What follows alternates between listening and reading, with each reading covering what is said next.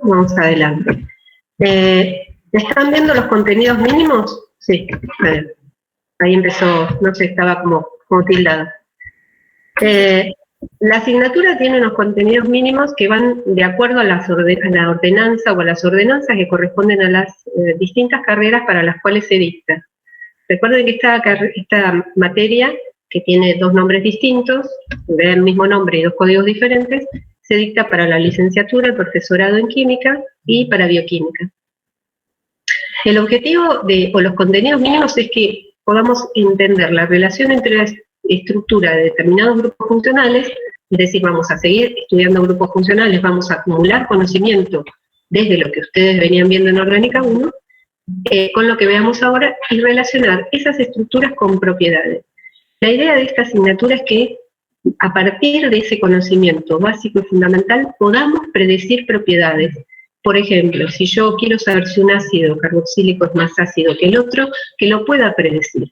No con un número, obviamente, de pKa, pero sí poder decir cuál es más ácido que cuál es menos ácido, cuál reacciona más rápido que cuál, etcétera, todo en función de las propiedades y de las estructuras de los grupos funcionales. Acá tienen algunos de los grupos funcionales que vamos a ver, que son los compuestos carbonílicos, los ácidos carboxílicos, los derivados funcionales de los ácidos carboxílicos. Vamos a ver lo que son los fenoles y los enolatos, derivados de compuestos carbonílicos y los que derivan de ésteres.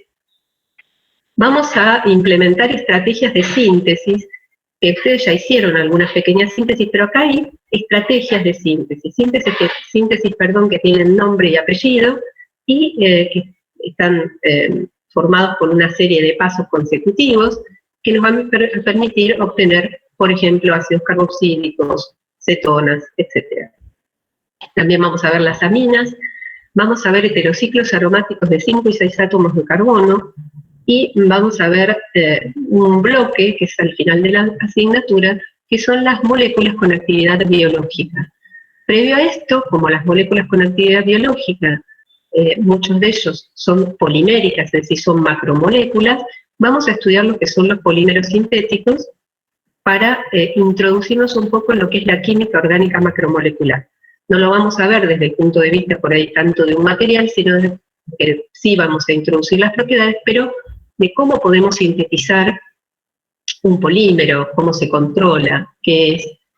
Y luego, entre las moléculas biológicas, vamos a ver los lípidos, donde tenemos una variedad de moléculas que se corresponden a esta definición y que no se correlacionan por una estructura, sino por un comportamiento.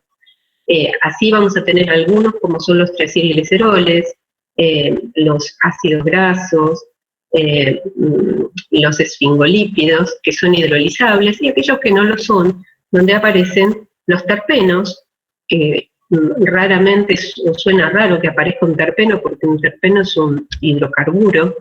Aparecen los carotenoides, que seguramente los vieron como sistemas conjugados, los esteroides, etc.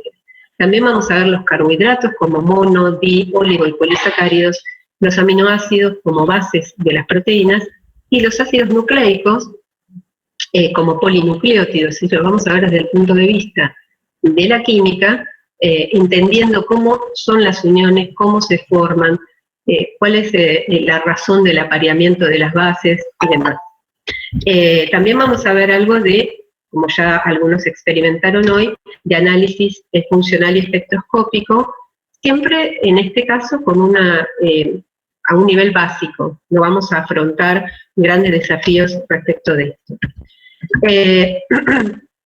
La idea de esta asignatura es que vayan afianzando los conocimientos que ya habían adquirido en todas las áreas de la química, en particular los de Química Orgánica 1, y que tratemos de que se vea la química orgánica desde algo que les pueda llegar a interesar, que pueda tener algún interés para los licenciados, que pueda tener algún interés para los bioquímicos y aún para los profesores. La idea es que tratemos, por ejemplo, o eso es lo que tratamos de hacer, por ahí a los químicos darles un poquito más de la parte de identificación y caracterización, y jugar con eso, con la parte espectroscópica, y por ahí con la parte de síntesis, donde se van a sentir más atraídos. Por ahí los estudiantes de bioquímica hacer más hincapié o énfasis en cómo relacionar las biomoléculas con algunas reacciones o caminos biosintéticos, porque algunas reacciones que vemos en la química orgánica intervienen en los caminos biosintéticos. Entonces, buscar esa relación para hacerlo atractivo, eso le interesa también a los químicos, pero también, por ejemplo, cuando hablamos, ya lo van a ver, y hablemos de, no sé, de triglicéridos, bueno, vamos a ver cómo se miden los triglicéridos en un laboratorio de análisis, y por lo menos tratar de integrar estos conocimientos a algo que les entusiasme a más de uno. En el caso de los profesores es más difícil, porque el profesor lo que tiene es que enseñar, tiene que instruir, pero sí lo que vamos a hacer hincapié en todos los casos, y esto es muy importante para los profesores, en el uso correcto del lenguaje técnico, del lenguaje químico, de cómo expresarnos, y después les vamos a dar oportunidades, ya van a ver, les voy a contar, para que puedan hacerlo. Hay distintos conocimientos que vamos a agrupar, que van a ser, primero necesitamos conocer no solamente los grupos funcionales, sino las reacciones en las que intervienen y cómo ocurren estas reacciones, qué controles tienen, si hay controles cinéticos, si hay controles termodinámicos. Por eso todo esto que ya vieron un poco ustedes en Orgánica 1 lo vamos a reforzar con estos nuevos grupos funcionales. Entonces, el objetivo obviamente es proporcionarles una aproximación a los conocimientos de la química orgánica en general. Está dividida por una razón, digamos, de facilidad en cuanto a dar los conocimientos y dictar la asignatura, pero es una única orgánica, y la importancia de los distintos grupos funcionales, su reactividad, la relación estructura-propiedades, e introducirlos en la lógica de la síntesis orgánica. Entonces, los objetivos de aprendizaje que nosotros les proponemos es conocer y emplear el lenguaje técnico asociado a la química en general y a la química orgánica en particular, correlacionar las estructuras con las propiedades de cada grupo funcional, reafirmar la importancia del concepto de grupo funcional para el estudio sistemático. ¿Qué quiero decir con esto? Parecen palabras vacías, pero no, cuando estudiamos los compuestos carbonílicos, vamos a asociarle, por ejemplo, un mecanismo de reacción. Entonces, si yo sé que todos los compuestos carbonílicos sufren adición nucleofílica al carbono carbonílico, mientras yo tenga un nucleófilo, todos van a seguir el mismo mecanismo general, cada uno con la naturaleza del nucleófilo, pero no es que hay 10 mecanismos, hay un solo mecanismo para 10 nucleófilos, o 15 o 20. Eso es lo que digo de acostumbrarse a hacer un estudio sistemático. La idea también es que ustedes puedan diseñar algunas síntesis sencillas de una o más etapas en forma autónoma, o más autónoma que antes, por así decirlo. Que trabajen en el laboratorio cuando lo podamos hacer presencialmente de manera segura. Perdón. Segura y adecuada. ¿Qué quiere decir segura? Que vamos a insistir en que ustedes mantengan las condiciones de seguridad en un laboratorio, pero ahora se va a ver reforzado por las condiciones de protocolo con las que vamos a tener que trabajar por la circunstancia que estamos pasando con el COVID-19. Vamos a tratar de que algunos de los problemas que abordemos tengan aplicación cotidiana, un poco lo que les decía de lo de bioquímica. Si hablamos de lípidos, y bueno, a ver cuáles son los niveles de colesterol, qué es el HDL, el LDL, cosas que por ahí leemos en un análisis clínico y que nunca nos interesó. ¿Tienen que ver con la química orgánica? No, directamente no. Pero bueno, puede ser atractivo para los que tengan interés sobre estos temas. Es importante que también escriban e interpreten mecanismos.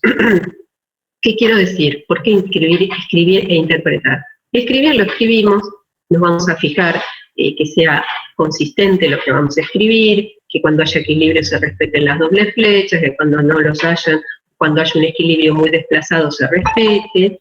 Es decir, vamos a tener una serie de consideraciones que hay que tener al momento de escribir un mecanismo, pero el interpretarlo significa que ese mecanismo sea consistente con una prueba experimental, que no quiere decir que voy a hacer una marcación isotópica en todos los casos. sino que yo por ahí hago una reacción en el laboratorio, ya sea en el laboratorio presencial o en el virtual, y que sea consistente con el mecanismo que yo sé. Les doy un ejemplo. Cuando hagamos una condensación que se llama condensación aldólica de Claisen-Schmidt, lo van a hacer por lo pronto en el laboratorio virtual, tiene asociado un mecanismo. Pero la condensación aldólica se puede dar en medio ácido o en medio básico. Entonces ustedes deberán asociar el mecanismo correspondiente a lo que ustedes hagan en el laboratorio. La reacción es en medio básico, por lo tanto van a tener que plantear un mecanismo que sea consistente. Siempre se buscará que sean consistentes las cosas que vamos planteando. Bueno, como dijimos también, interpretar los datos experimentales de los compuestos. No solo los datos experimentales, me refiero a medir un punto de fusión, por ejemplo, un porcentaje de rendimiento. Si usted le da un rendimiento de más del 150%, hay algo que está mal. O si les da una masa negativa, hay algo que está mal. Eso es interpretar. Eso es darme cuenta si la cosa que yo estoy declarando tiene sentido físico. Si no, estoy diciendo cualquier cosa porque metí mal el dedo en la calculadora o pesé mal en la balanza. Entonces, cuando me dé algo mal, tengo que analizar el por qué me da mal. ¿Dónde pudo haber estado el error? Eso también es aprendizaje. Descubrir el error no sirve para nada. De ahí aprendemos. Se espera que ustedes puedan adquirir habilidades, esto es lo que les decía, sentido crítico y habilidades para, por ejemplo, diseñar síntesis, para interpretar espectros, para interpretar, como les digo, los datos experimentales. El sentido crítico es eso, que ustedes lo analicen y se den cuenta si puede o no tener sentido, si puede o no estar bien, y si pude haber cometido un error, buscar para dónde tengo que ir rumbeando para darme cuenta dónde fue que metí la pata. Ser capaz de manejar bibliografía actualizada, esto es importante que se los aclare. ¿Por qué? Porque todos vamos directamente a Internet. Bueno, Internet es muy bueno para muchas cosas y muy malo para otras. Por ejemplo, es malo para buscar bibliografía cuando no están orientados. Porque Wikipedia no sirve como bibliografía para estudiar química orgánica. Hay muchos sitios de mucho valor, pero sí ahora disponen de los libros en formato electrónico, que nosotros de hecho les cargamos bibliografía, les pido que los aprovechen. Por un lado porque la teoría es una guía, por otro lado algunos por ahí no pueden asistir, entonces están en los libros, las cosas están en los libros y tienen que acceder a esos libros y saber buscar la información y utilizarla. También esperamos que ustedes puedan aprender métodos, técnicas y usos de equipo de laboratorio. Es decir, métodos y técnicas, es decir, lo que vayan a hacer en una mesada cuando tengan que hacer una pequeña síntesis. Entonces ustedes van a tener que utilizar un determinado método, caracterizar con una determinada técnica, no sé, punto de fusión, cómo lo determinan, por ejemplo, y no solo armar equipos de laboratorio, esto significa que tienen que armar un equipo de vidrio, entonces tienen que poner adecuadamente las doble nueces, adecuadamente las pinzas, cuáles son las agarraderas que se usan para qué cosa. Parecen idioteces todo lo que les digo, pero es con lo que ustedes van a aprender a trabajar en un laboratorio. Y también algunos pequeños equipos que tenemos, porque no disponemos de mucho, pero tenemos un rotavapor, tenemos una estufa de vacío, tenemos una bomba de vacío con la que pueden trabajar. Así que, bueno, pequeños equipos que tenemos que ustedes pueden aprender a utilizar. También es importante que aprendan a elaborar un informe técnico o científico. ¿Por qué? Porque trabajen donde trabajen, ya sea que trabajen en el área de investigación académica, en una empresa,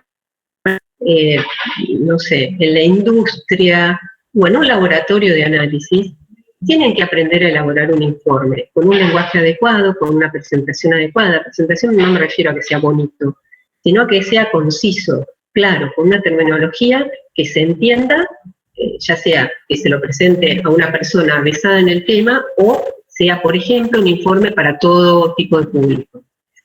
Trabajar en equipo, eso es muy importante. Lamentablemente, por lo que estamos pasando, estamos muy solitos, cada uno en su casa, y no podemos hacerlo en el laboratorio, pero por ahí ustedes se pueden reunir por una video y trabajar igual en equipo para resolver los problemas y trabajar en equipo durante las clases de consulta. Eso es muy importante porque normalmente uno siempre se inserta en un equipo, en un lugar de trabajo, cualquiera sea. Entonces tenemos que aprender a respetar la opinión del otro, a darle el espacio, a tratarnos, digamos, como colegas, y eso se va aprendiendo de a poquito, ¿no?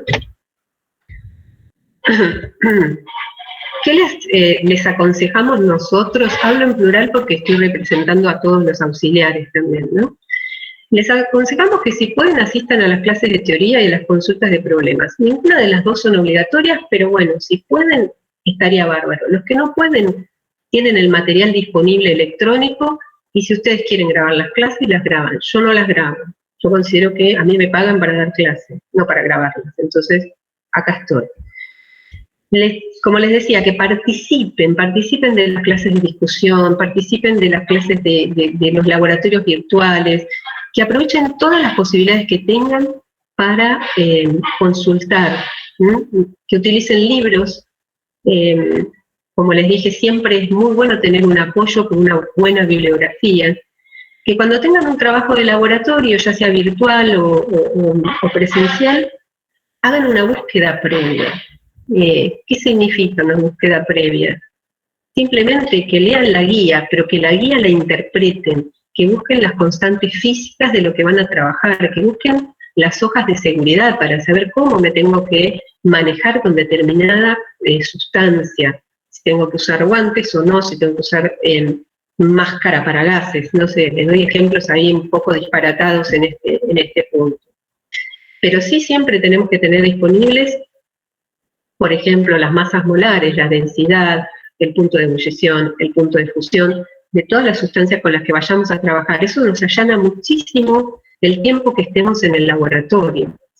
Y, bueno, que mantengan al día todo lo que sea el material de estudio, obviamente. Eso sería la presentación de nuestra asignatura. Y esto es lo que nosotros, cómo funciona esta asignatura. Los estudiantes tienen que haber cursado y aprobado Química Orgánica 1 y no estar en situación de estudiante pasivo ni revestir ninguna otra situación irregular. Lo leo para que quede claro. No podrán continuar cursando ni usando el campus los estudiantes que revistan situaciones irregulares como no tener Orgánica 1, Química General, el análisis que tienen que tener para poder cursar. El campus es de la materia, no es de la universidad. Por lo tanto, que sean alumnos de la universidad no les da derecho a entrar en la materia si ustedes no están en condiciones de cursar. Yo sé que todavía hay algunos que están ahí con vemos y no vemos. Hay tiempo hasta el 10 de septiembre, que es cuando se hace la inscripción al CIU. A partir de ese momento, y cuando nosotros recibamos las listas definitivas, los estudiantes que no cumplan con las condiciones para el curso de la materia, lamentablemente los vamos a tener que desafectar del campus. Y en ese punto el campus se cierra.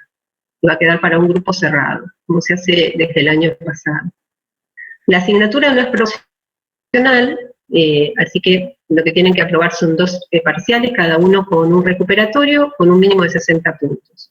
Las fechas de parcial ya están arregladas con otras asignaturas, están en el cronograma y están en el calendario cuando ustedes entran al campus, que está bastante bien organizado, así que lo pueden ver sin ningún problema.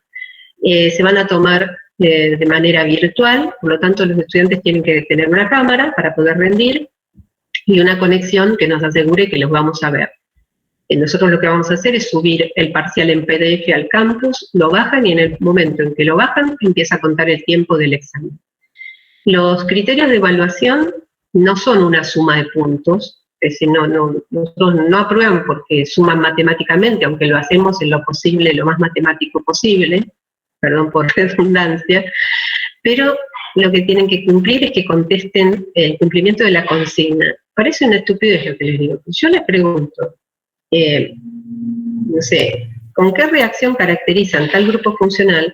Si ustedes me contestan el mecanismo, no sé qué, y no me están contestando la consigna, no vale la respuesta. Si no me importa que me contesten lo que quieran, tienen que contestar lo que pregunto. que justifiquen de manera precisa, completa y clara.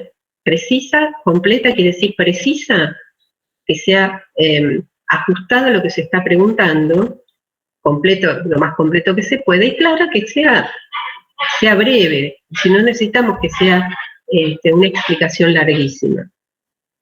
Obviamente vamos a contemplar el análisis de los resultados, como les digo, si yo me dan una masa negativa, hay algo que está mal, y el uso del lenguaje técnico apropiado.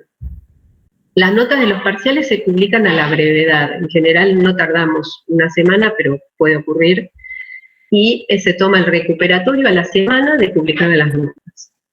De manera que un alumno, si tiene la mala suerte que le va mal, bueno, ya en la mitad del cuatrimestre queda liberado de Orgánica 2 y puede dedicarse a otras asignaturas, y no la arrastra como un suplicio hasta el final del cuatrimestre.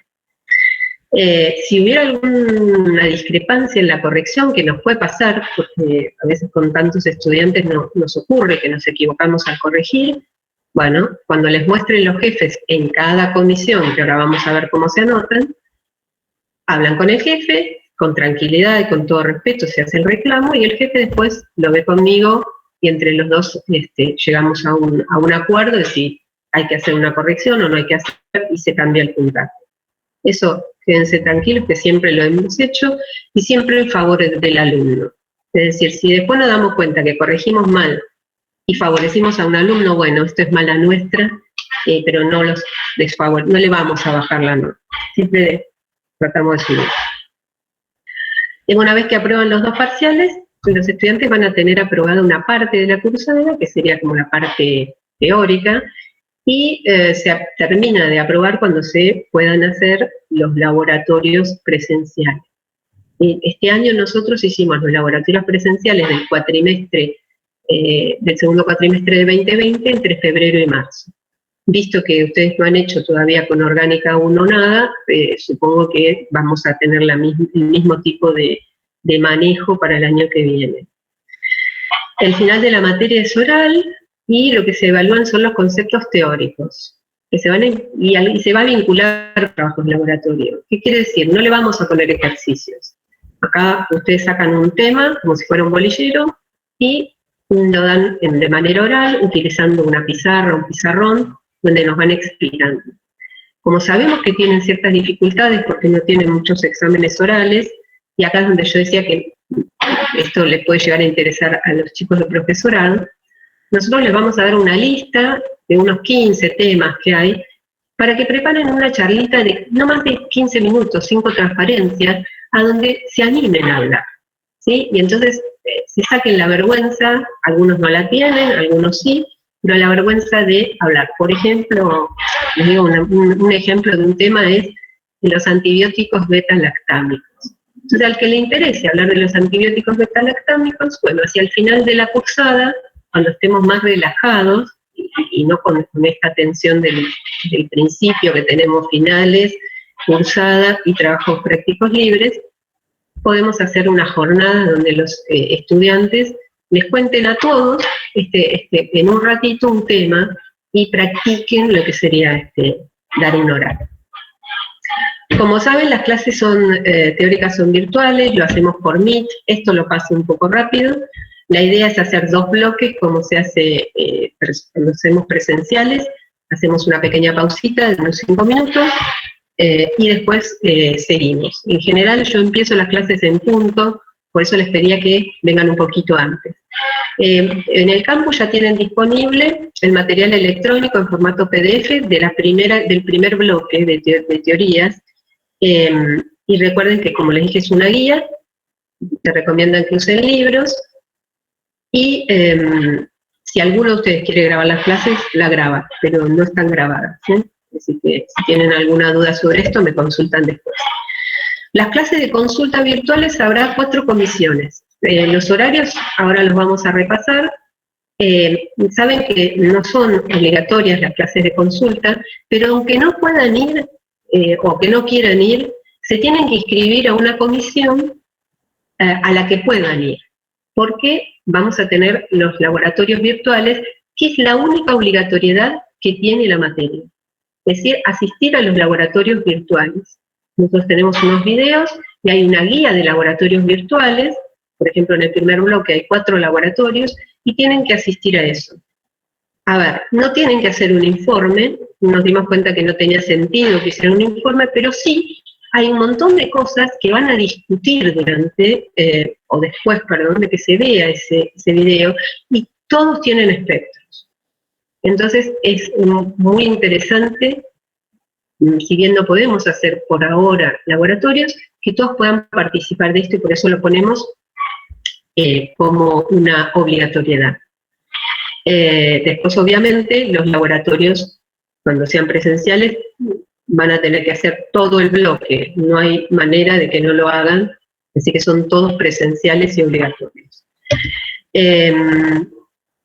Bueno, como les dije, lo de los laboratorios, esto ya estaba un poquito dicho anteriormente, y los docentes, la mayoría seguramente los conocen de Orgánica 1, excepto a mí, que soy la profesora de la asignatura. Después están los jefes, que son Candela Lobato, Rodrigo Parra, Osvaldo Storch y Víctor Knudsen, y Víctor se repite como ayudante, junto con Adrián Sajedal y con Ana Garrote.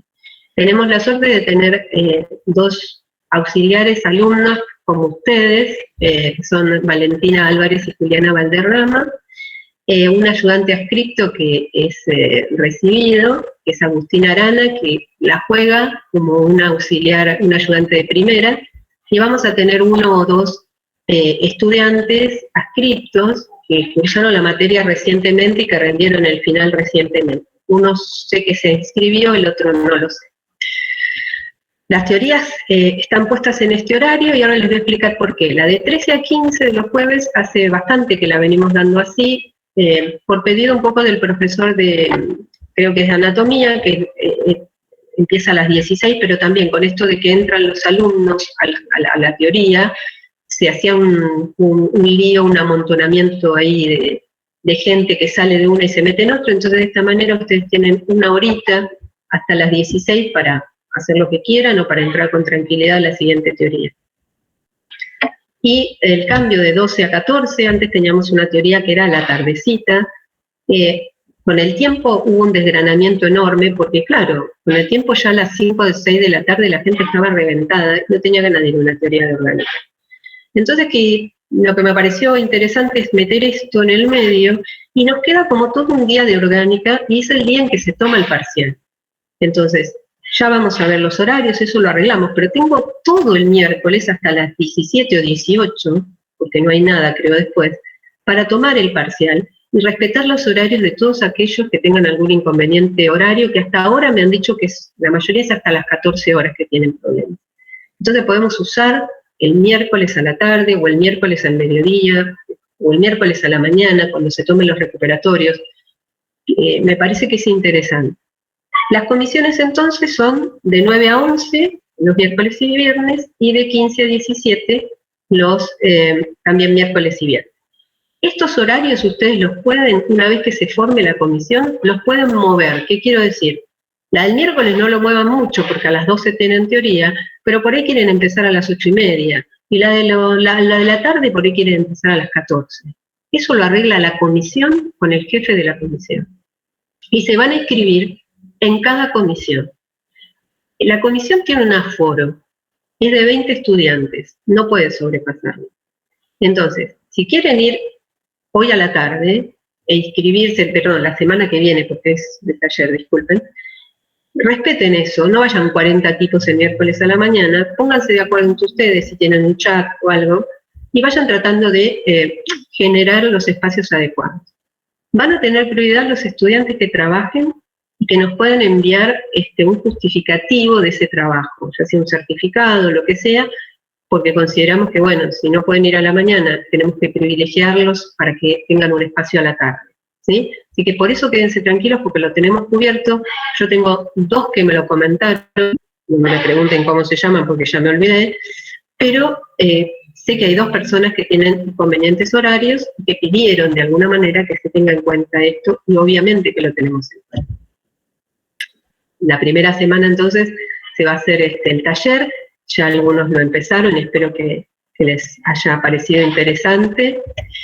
La bibliografía, acá tienen toda la bibliografía, nosotros la habíamos puesto porque es una bibliografía que tiene acceso fácil, tanto en la biblioteca de la biblioteca general como en la biblioteca del departamento de química, pero nosotros igual les hemos provisto de algunos libros, y creo que incluso, ahora lo tengo que verificar, pero hasta hay libros que están acá indicados, libros de laboratorio. Alguna bibliografía es en inglés, es un inglés técnico, como los libros de laboratorio en general son todos en inglés, es un inglés técnico que no les va a llevar un tiempo precioso, así que quédense tranquilos, ni que es incomprensible. Y esto nada más que es un mensajito para que pongamos todos un poco de nuestra parte para mantenernos motivados. Era lo que yo les decía, me parece que a las 6 de la tarde, en un mes y medio, me quedan 20 estudiantes con suerte, porque están reventados.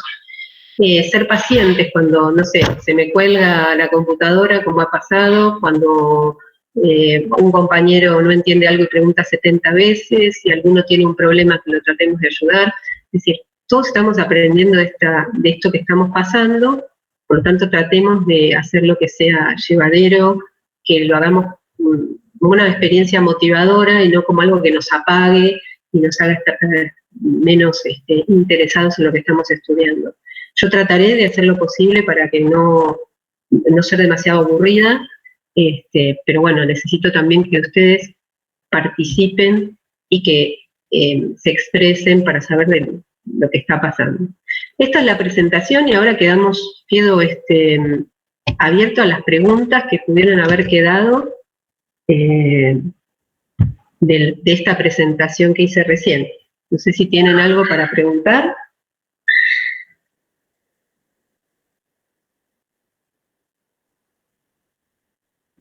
Si no tienen preguntas, no sé si preguntaron algo por el chat, me voy a fijar por las dudas. Yo tengo una duda. No. Sí, ¿quién es? Los TP... Ailen, decime. No, ¿Larisa o Ailen? ¿Quién es? Yo, Larisa. Larisa, decime. En el cronograma figuran los TPs como en azulito presencial. ¿Eso es en esta cursada o hay que esperar a...? En mi caso todavía no hicimos nada de Orgánica 1, entonces... Mira, el cronograma de presenciales en realidad son los de biomoléculas, que nosotros esperamos que se puedan hacer, como te digo, febrero-marzo, porque ustedes no hicieron los de Orgánica 1. En tanto que no hagan los de Orgánica 1, no podemos hacer los de Orgánica 2. Ah, bueno, está bien. Claro, ese es el problema. Es decir, yo no puedo organizarme por encima de la otra asignatura. Entonces, el año pasado lo que pudimos hacer fue eso. Creo que fue así. Biólogos empezó antes que nosotros porque son menos, entonces se pudieron organizar. Y nosotros empezamos, no me acuerdo ahora, pero creo que fue mitad de febrero, como que nos quedábamos con una semana cada asignatura, y lo que pasa es que no pueden ir más de 5 estudiantes. El aforo es terrible. Entonces, hacíamos eso. En algunas asignaturas se pedían laboratorios prestados, pero eso conlleva un lío enorme de manejo de material, llevar. Al final es peor hacerlo de esa forma que hacer muchos turnos de pocos alumnos. Así que por ahora, en este primer bloque, tienen 4 trabajos que son virtuales, que son los que entran en el... Ah, perdón, no les comenté algo que aprovecho ahora que se me fue. Esos trabajos virtuales, si bien no tienen un informe, ustedes tienen que saber lo que hacen porque en el parcial hay una parte B, que es donde se evalúan los trabajos prácticos. Entonces, no hay informe, pero hay discusión, y en esa guía están todas las preguntas que se van haciendo de por qué se hace este paso, por qué se hace este paso, por qué se hace este paso, para que ustedes se vayan preguntando. El primer trabajo práctico tiene muchas preguntas, el segundo menos, el tercero menos, y el cuarto no tiene casi ninguna pregunta, porque se supone que ustedes ya se entrenaron en cómo ir afrontando estos trabajos, estos videos, ¿no? Y tienen siempre la posibilidad de preguntar en sus comisiones. Los trabajos prácticos se van a dar en cada comisión. ¿Por qué? Por lo que dije anteriormente. Ustedes cursan son distintas carreras que cursan con distintos horarios, distintas materias, y por lo tanto no podemos poner un solo día para hacer los trabajos prácticos. Entonces cada uno lo verá con el grupo de docentes que corresponde en su comisión. Algo que es importante, que por ahí no lo dije lo suficientemente claro, es que si bien ustedes van y se anotan en una comisión, si tienen dudas, si van el miércoles a la mañana, y tienen dudas, pueden ir al miércoles a la tarde. No está prohibido, porque las comisiones son abiertas, pero sí necesitamos que haya un registro mínimo, ¿no?, por el tema de a futuro, sino por los presenciales. Porque estos horarios son los horarios en donde se harían los trabajos prácticos. Eso sí, se abriera el aforo, digamos, si tuviéramos un aforo más alto. Si es un aforo de 5, imposible, tenemos que hacer lo mismo que el año pasado. Pero bueno, por ahora vamos poniéndole fe a todo esto. ¿Alguna pregunta más? Sí, profe, porque la parte que dice presencial en realidad tiene fechas, o sea, tiene fecha 11 de octubre y qué sé yo, fechas ahora. Capaz, con orgánica 1, o sea, si tengo orgánica 1, capaz pondrían fecha igual o no. Mira, las fechas están puestas porque cuando haces el cronograma, te pide que vos estimes una fecha, ¿sí? Están en una semana, digamos. ¿Qué puede ocurrir? Puede ocurrir dos cosas. Una, que tengamos la suerte de que podamos hacerlo sin aforo, como si fuera normal. No lo vamos a poder hacer porque nos falta orgánica 1. Entonces lo haríamos después. Pero si todo sale mal, Dios quiera que no, todo va para atrás, y tenemos que hacerlo nada más que virtuales, bueno, los haremos virtuales en esas fechas. Por eso está puesto así, un poco como para cumplimentar, porque nosotros tenemos que entregar una planificación que tenga sentido. Y abajo se hace una aclaración diciendo, esto es si la condición de presencialidad es la habitual. En caso de que no se pueda hacer nada presencial, se harán virtuales, y si no, se harán presenciales más adelante. O se harán virtuales y presenciales. Eso también ocurre, y lo podríamos hacer porque se puede hacer un repaso de un trabajo práctico virtual, y después hacerlo en el laboratorio como hicimos el año pasado. No salió nada mal, es decir, ya tenían una idea de lo que iban a ver. Es distinto ir y tocar las cosas en el laboratorio. Muchos de ustedes seguramente vienen con poca experiencia de laboratorio, por eso nosotros creemos, eso es un convencimiento tal vez personal, que lo mejor es hacerlo, como les dije, en febrero o marzo, con grupos pequeños, porque al no tener experiencia, al tener que manejarnos con protocolo de, bueno, no acercarse mucho, etcétera, y es más complicado. Entonces, me parece que lo mejor va a ser que lo pensemos de esa manera. Les vamos a ir avisando, quédense tranquilos, pero primero nos tiene que llegar la información a nosotros que no hay ninguna novedad respecto de esto todavía. Así que me quedó una duda de la inscripción de las clases de práctica. Por ahora vamos a la que nos quede mejor el horario, ¿sí? No, ¿sabes por qué no vamos a hacer una encuesta, Camila? Porque es algo vayan ahí y de última le dicen, mira, se cerró, hasta acá no hay más lugar. Eso va a ser por orden de llegada, lamentablemente, porque eso después es un despelote que no se puede organizar. Y además porque tenemos que, como les dije, considerar y contemplar que puede haber compañeros que tengan un requerimiento excepcional de un horario y los tenemos que respetar.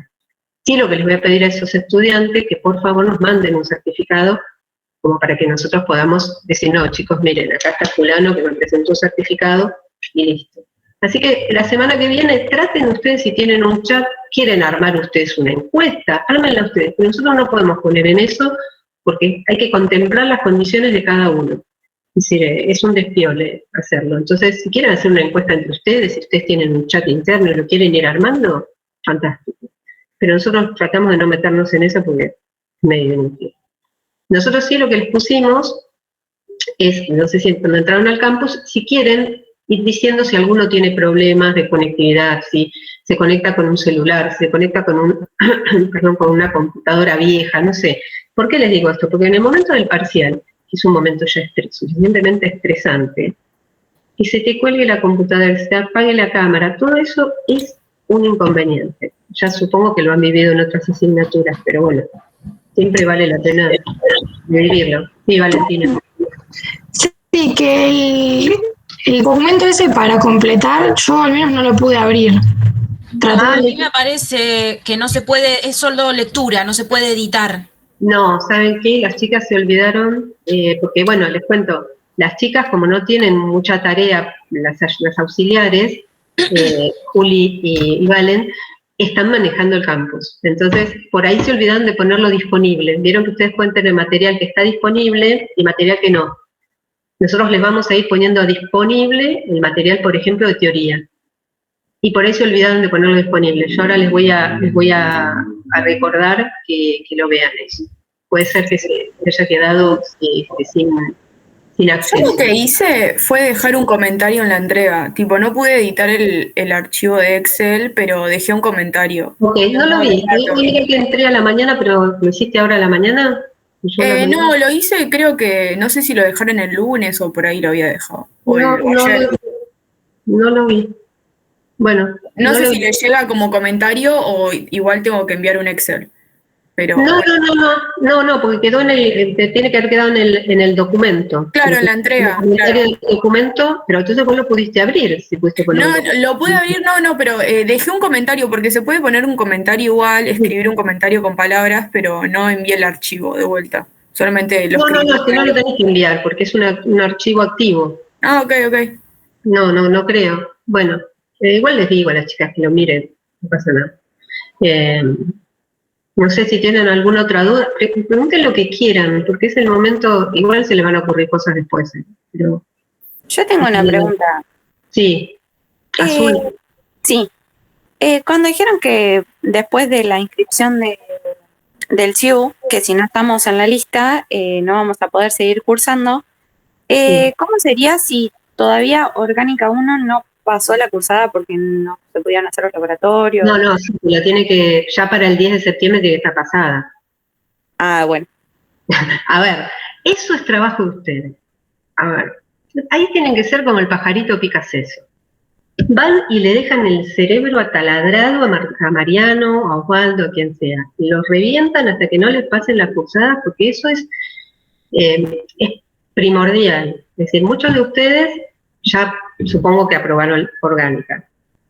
Otros tienen que rendir, porque me dijeron hoy que tenían que rendir, me dijeron los auxiliares que tienen todavía un recuperatorio. Suponete que, no sé, no te pasan la cursada para la época del CIU. El profesor tiene que asegurar que te la pase. ¿Entendés? Porque a mí no me llega el alumno, si no lo tengo yo en el CIU, el alumno no existe para mí. Entonces yo lo tengo que sacar. ¿Por qué? Porque puede pasar eso, que el profesor no lo pase, lo cual es un problema de él, pero me está metiendo a mí en un lío, porque estoy aceptando un alumno que no tiene las correlatividades, según el sistema. Pero por otro lado, puede ocurrir que queden alumnos con esta condición y después es realmente triste y desagradable ponerse en el papel de decir, mira, te tenés que ir y el tipo rindió el primer parcial y supongamos que le fue bien. No quiero llegar a esa instancia. La voy a hacer, porque yo no tomo alumnos que no tengan la condición que tienen que tener. Entonces, no me quiero poner en esa situación, por eso lo aviso anticipadamente.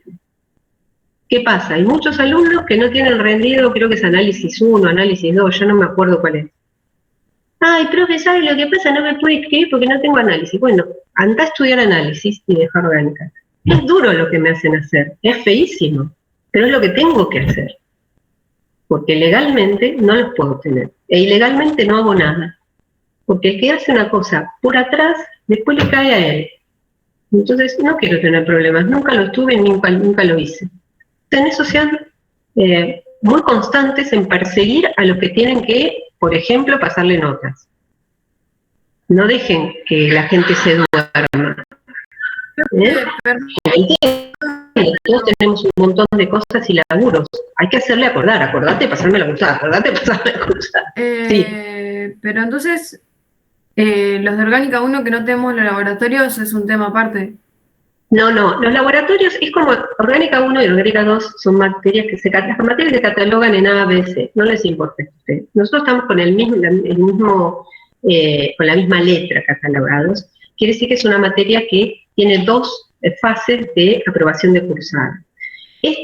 Ustedes le van a pasar una cursada que la pasan por secretaría académica, que lo que va a hacer es que esto pueda entrar. Yo igual le voy a pedir a Mariano que me mande los estudiantes que tengan la cursada aprobada, y yo me puedo manejar con ese listado. Esto es como una parte de la cursada aprobada, ¿sí? A ustedes no les va a aparecer como la cursada, o sí, no sé, yo no me acuerdo cómo aparece. No les aparece como cursada aprobada. Esto se manda a Secretaría Académica, y cuando ustedes hacen los trabajos prácticos presenciales se adjunta esa lista con la otra, se compatibilizan todas esas cursadas. ¿Sí? ¿Está bien? Y ustedes, para que la cursada les quede como tal, se tienen que anotar en la mesa de libres una vez que ya le hayan pasado estas 2 instancias. Entonces, en la mesa de libres se anota, no sé, Larisa Circel, ¿no? Se anota, y yo, lo único que, no tiene que venir a rendir, yo lo único que hago es pasarle la cursada aprobada. Eso es lo que tienen que hacer, no sé cómo lo han hecho en otras asignaturas, pero eso es el camino. Sí, en Química General creo que ustedes no tuvieron laboratorio. No tuvieron ni laboratorios virtuales ni presenciales, ¿no? No, por eso no. Claro, entonces todavía no saben cómo hacerlo. Bueno, ese caminito van a tener que hacer con Orgánica 1 y después con Orgánica 2. Y cuando yo termine el cuatrimestre, les voy a pasar un listado de cursadas aprobadas a la Secretaría Académica. Ellos sacan una ordenanza, por lo cual estos alumnos están aprobados en esta instancia y con esta parte de la materia, y cuando en febrero o marzo, supónganse, hacemos todos los trabajos prácticos, yo subo esa lista, se compatibiliza con la otra, va con otra ordenanza, y esos alumnos, yo les aviso, también me tomo el trabajito de avisarles, y después esos alumnos se inscriben. Por ejemplo, los chicos que hicieron esto en febrero y marzo se inscribieron en mayo, la mayoría. Pero a los colgados, que no sabían cómo hacerlo, por ejemplo, tengo 4 o 5 ahora que les tengo que pasar la cursada. Lo mismo es para Orgánica 1. Entonces, el pasar la cursada es simplemente que ustedes estén en una posición cómoda, de que yo también me quedo tranquila, que tienen, por ejemplo, Orgánica 1. Si no tienen los finales, hay alguien que me escribió, perdón, les pido mil disculpas porque no me acuerdo quién fue, pero alguien que se tenía que inscribir y no tenía Química General, pero que rendía el final, creo que en la próxima mesa o en la anterior, no me acuerdo. Le dije, mira, rendí el final, es lo más importante. Si rendí el final de Química General, todo bien. Entonces, ese tipo de cosas, yo ya no se las tengo que decir. Igual deberían poder manejarlo ustedes, pero lo único que les pido es eso, como se los puse en rojo en esta presentación, no se admitirán alumnos que no estén en la condición que se requiere para cursar la materia, que para cada carrera es distinta, ¿eh? Los bioquímicos tienen unas condiciones, los químicos y los profesores otras. Que revisen eso, es importante. No sé qué más necesitan saber. Hola, profe, una pregunta. No sé si le respondiste. Esta materia no tiene contracursada, ¿no? Digamos, no. Si yo fuese... No, okay. No, la hicimos una sola vez en el 2013, porque era cuando la carrera de bioquímica recién se abrió, y la verdad que teníamos muchísimos alumnos y nos había quedado, digamos, y haciendo laboratorios. Entonces, el solo hecho de pensar que nos había quedado un porcentaje, póngale un 30% más, supuestamente que venían 120 tipos más, y nos asustó un poco de no poder manejar esa cantidad de gente, y sobre todo los laboratorios. Entonces, nosotros tenemos el laboratorio de orgánica, vieron lo que es, un laboratorio muy chiquito. Entran 20 personas, pero porque nosotros queremos que entren 20 personas, pero no es para 20 personas, digamos, por seguridad no sería para 20 personas. Entonces lo hicimos una sola vez. La contracursada en realidad era muy particular, la podían hacer solamente los alumnos que habían perdido la materia en el segundo parcial. Con lo cual nos asegurábamos de que esos estudiantes tenían los trabajos prácticos de laboratorio hechos, no nos requería una carga de laboratorio, por ahí quedaban 1 o 2, supónganse, lo cual era sencillo, y no había teoría, sino que había consulta de teorías. Y lo que había sí era una consulta, y mucho tiempo de consulta de problemas. Es la única vez que se hizo, y bueno, si fuera necesario hacerlo, pero se tiene que considerar que haya o desaprobados o desertores, un número muy grande. Por ejemplo, el año pasado hubo mucho desertor. No hubo tanto desaprobado. Cuando nosotros pasamos la nota nos dicen si es desertor o no sé qué. Y hubo muchísima gente que desertó de la materia, sin siquiera haber llegado al primer examen. Algunos nunca se presentaron. Y entiendo que también fue porque, bueno, fue una circunstancia muy particular el año pasado con todo esto. Pero por otro lado, yo veo que la parte positiva de la forma de un dictado virtual es que muchos pibes que tenían que pagar un alquiler y no lo están pagando, por lo menos lo hacen desde la casa. Entonces, a algunos los ha favorecido, a otros por ahí no, porque el sistema no les resulta. Pero bueno, tratemos de trabajar en forma conjunta para que nos resulte a todos. Ok, entiendo. Muchas gracias. De nada. Profe, perdón. Última cosa. No pasa nada. Esto para esto. Si llego a dar una parte de la primera teoría, fantástico. Pero quiero que saquen todas las dudas, porque no me interesa que le pregunten, que hagan preguntas por ahí, porque es un lío. Sí, está bien. Entonces, digamos, la parte virtual de los laboratorios va a ser totalmente distinta al año pasado. Y vos estuviste el año pasado. Sí, por eso. Nos dimos cuenta que hacer el informe del laboratorio virtual no tenía sentido. Pero sí tiene sentido que sepas, por ahí son los mismos videos o alguno habrá cambiado, pero tienen una guía de cómo entender, porque ya les digo, tienen poco laboratorio. Entonces, no sé, les digo un ejemplo. Se hace una mezcla de agua destilada y etanol para hacer la reacción. Y la pregunta es, ¿por qué la reacción si se hace una mezcla de agua destilada y etanol? Es decir, es un poco inspirarles el sentido crítico. En lugar de que uno se crea todo y lo hace como si fuera un robot que no tiene cerebro, nosotros tenemos cerebro, porque esa guía la hizo algún tipo que pensó que por una razón lógica tenía que hacer una mezcla de agua con etanol. Y entonces nos dimos cuenta, y esto, bueno, lamentablemente fue basado un poco en la experiencia que nos tocó pasar, que por ahí es mejor que la clase de ese laboratorio virtual sea de discusión, sea donde, a ver, desde que ustedes se den cuenta y detecten, porque algunos se van a dar cuenta, si el tipo que está haciendo el video, que por ahí es un indio, están en la mayoría en inglés, pero es un inglés sencillo, y el tipo por ahí no está usando guantes cuando tendría que usar, o, no sé, me digo una tontería, pipetea con la boca, ese tipo de cosas, son las cosas que ustedes tienen que darse cuenta de qué está bien y qué está mal, porque por más que sea un video, hay muchos errores en el video, no solamente está todo magnífico, algunos videos que son de una pobreza terrible, tratamos de buscar los mejores. Justo acá se le dio por golpear una chapa, pero me voy a... Estoy en mi lugar de trabajo, tenía una chapa.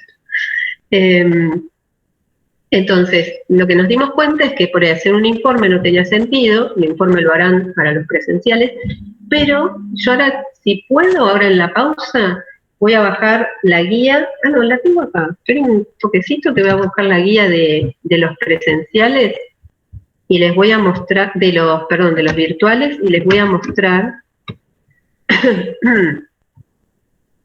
más o menos cómo lo planteamos, para que entiendan un poco lo que les estoy diciendo. Esta guía también la van a tener disponible ahora, dentro de poco. A ver esto. Selección de espectros.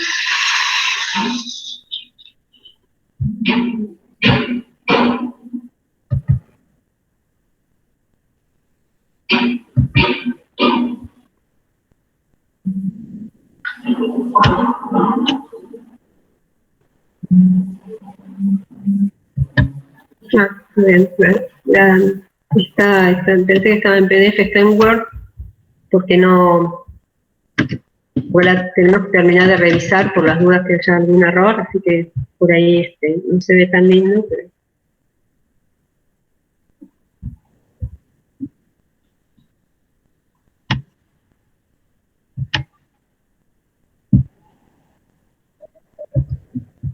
Bueno, espero que se vea.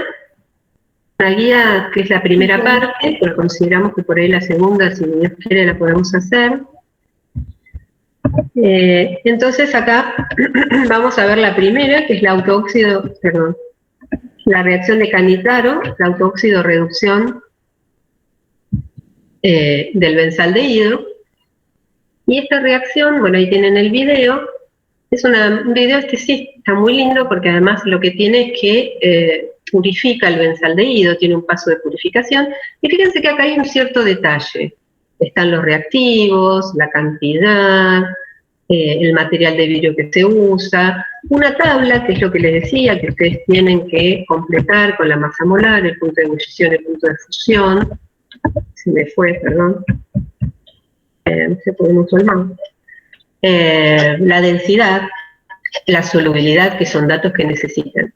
Y entonces, fíjense que acá tenemos un primer paso, que es el paso de síntesis y purificación. En realidad vamos a hacer la purificación, se hace acá en el video, pero nosotros no la hacemos. La hacemos nosotros como auxiliares, porque a veces está impurificada. Entonces, lo primero es, está impurificado por ácido benzoico. ¿Por qué? Se propone un método de purificación, pero ustedes tal vez pueden charlar sobre otro método de purificación. Acá la reacción se lleva a cabo a temperatura para acelerar la reacción. Bueno, acá van una serie de cositas, de comentarios sobre el video. Se ha producido una autoóxido reducción o desproporción. Analiza el mecanismo en distintas concentraciones. Esto se ve en la teoría. También están los libros. A medida que se enfría la solución se vuelve opalescente. ¿Por qué? Se adiciona agua destilada para disolver el sólido. Se obtiene una solución naranja. ¿Por qué? Se separan los productos, no sé qué, papá. Se agrega diclorometano o éter etílico en ampolla de decantación con agitación. Esto es una parte donde los auxiliares le van a explicar o les van a decir, presten atención cómo maneja la ampolla. Puede ser que la maneje bien, no me acuerdo, pero creo que no la maneja bien el tipo en el video. Entonces les vamos a decir cómo se maneja una ampolla de decantación. ¿Para qué se agrega solución de bisulfito de sodio? ¿Ven? La fase orgánica se deja secar sobre un deshidratante. ¿Por qué? ¿Qué cosa tiene? ¿Por qué la dejo secar sobre un deshidratante? Y luego tenemos los espectros del reactivo, que en este caso es el benzaldehído, que está el espectro de infrarrojo y de RMN de protón, y de los productos, que son el alcohol bencílico, los dos espectros, y el ácido benzoico, y están los dos espectros. Después hay otro, que es la condensación de Claisen-Schmidt, que es una condensación aldólica, para obtener la dibensalacetona. Acá empezamos igual, pero acá ya no les explico tanto, sino que acá va directamente a las preguntas, de por qué hace esto, por qué hace esto, por qué hace esto, y luego tienen varios espectros, pero acá se agrega un espectro de UV visible, porque estos productos, al ser sistemas pi extendidos, tienen absorciones en el visible, son coloreados. Y acá, bueno, le sumamos la espectroscopía UV visible. Entonces, más o menos espero que con esto tengan una idea de cómo nos vamos a manejar este año, y que por ahí no tienen que hacer un informe en la casa, pero sí tienen que trabajar más en grupo. Puede ser, por ejemplo, en los grupos de discusión de problemas y demás. Y sacarle el mayor rédito que puedan. Es decir, si ven algo en el video que les suena raro, o que el tipo hace, y dicen, ¿por qué hace? Preguntan, ahí es el momento de sacarse las dudas para cuando ustedes se enfrenten a estas cosas en el laboratorio, las puedan hacer lo mejor que se pueda, con una información que por ahora es virtual, lógicamente. Una última cosa, profe. Sí. Para anotarse las comisiones, ¿a partir de qué? La semana que viene, porque hoy miércoles, acuérdense que sí se repite la clase de la mañana y el viernes se da infrarrojo. En realidad estaba pensado dar al revés, pero justo Víctor, que da infrarrojo, hoy rinde un concurso Entonces invertimos para no ponerles un día nuevo, las clases, este taller, no ocupar días de otras asignaturas, dimos vuelta. De todas maneras, los dos tipos de espectroscopías son diferentes, son compatibles, dan información compatible, pero son diferentes. No importa cuál aprendan primero o aprendan después, así que es lo mismo. Lo importante sí que puedan hacer los espectros y practicar. Así que la semana que viene, ya les digo, si ustedes quieren hacerlo, hacer un documento entre ustedes por chat, como para ver cómo más o menos se van a ir acomodando, yo les digo que yo tengo, miren, inscriptos, por ahí se repite alguno, porque vieron que a veces son chicos que cursan las dos carreras, entonces por ahí tengo alguno repetido, no sé, pero hay 70 inscriptos, y acá hay 46 conmigo. Con lo cual, evidentemente hay 20 y pico de personas que no han venido porque no pueden, porque no quieren, porque no les interesa, no sé, porque no se enteraron. Así que si ustedes se pueden ir manejando entre ustedes, generando una lista de ocupación de las comisiones, yo encantada. Pero la verdad que es un poco al cohete hacerlo porque ven que hay una veintena de personas que no aparecen.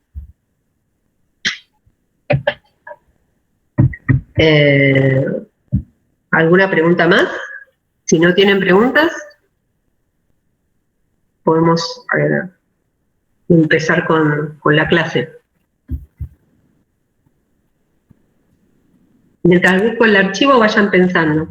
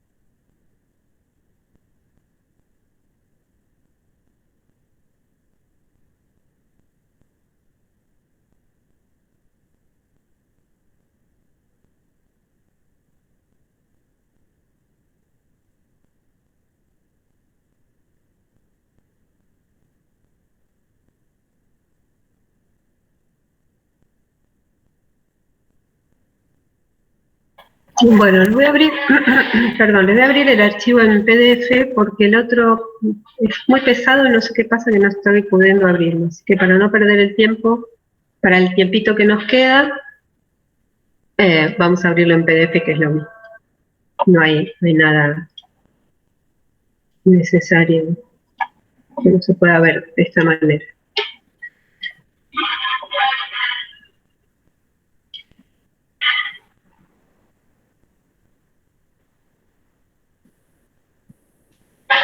Se nos va en pantalla completa. Este material lo tienen disponible, así que chicos pueden ir siguiendo o lo siguen después. No vamos a llegar a hacer mucho hoy. La idea es que vamos a empezar con compuestos carbonílicos, cuyos exponentes son los aldehídos y las cetonas. Estas sustancias químicas son abundantes.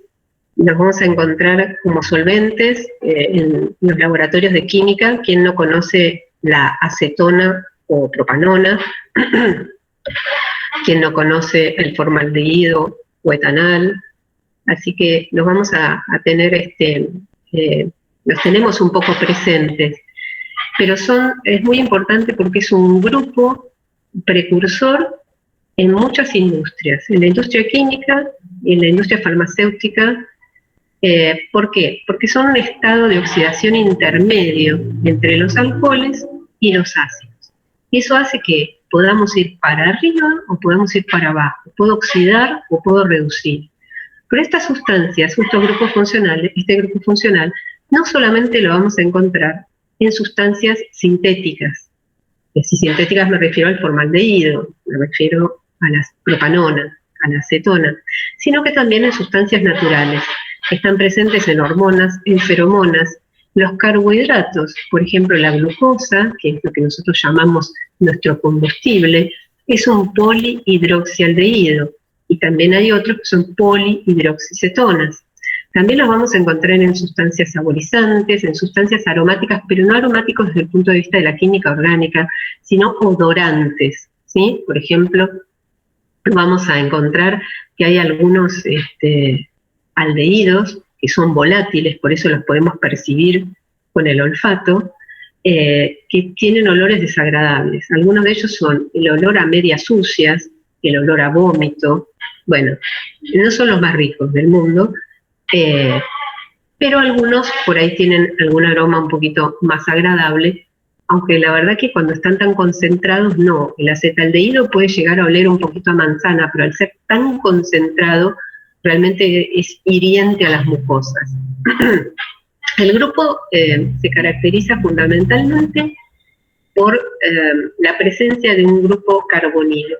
Este grupo carbonilo, ahora vamos a ver, en realidad es un carbono unido por un doble enlace a un oxígeno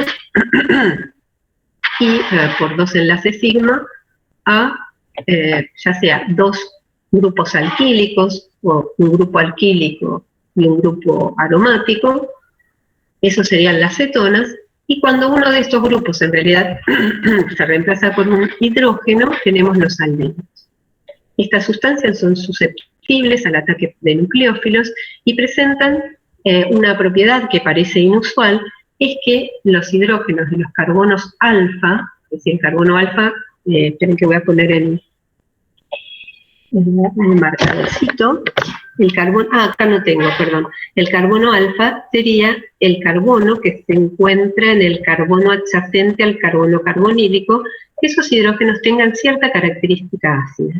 Y ahora en más vamos a empezar a hablar de características ácidas desde el punto de vista de Bronsted, ¿sí? De ácido-base, y vamos a empezar a que se genere en nuestra cabeza una escala de pKa. Vamos a usar pKa, no vamos a usar pKa, ni pKb, ni Ka y Kb. ¿Por qué pKa? Porque es una escala única donde metemos en una misma escala a los básicos y a los ácidos. Entonces, eso es muy importante. Vamos a tener los que tengan el menor pKa van a ser los más ácidos, los que tengan el mayor pKa van a ser menos ácidos o más básicos. Acá yo les muestro los dos ejemplos que les di, son el formaldehído, formol o metanal, y la propanona, que también se conoce como acetona.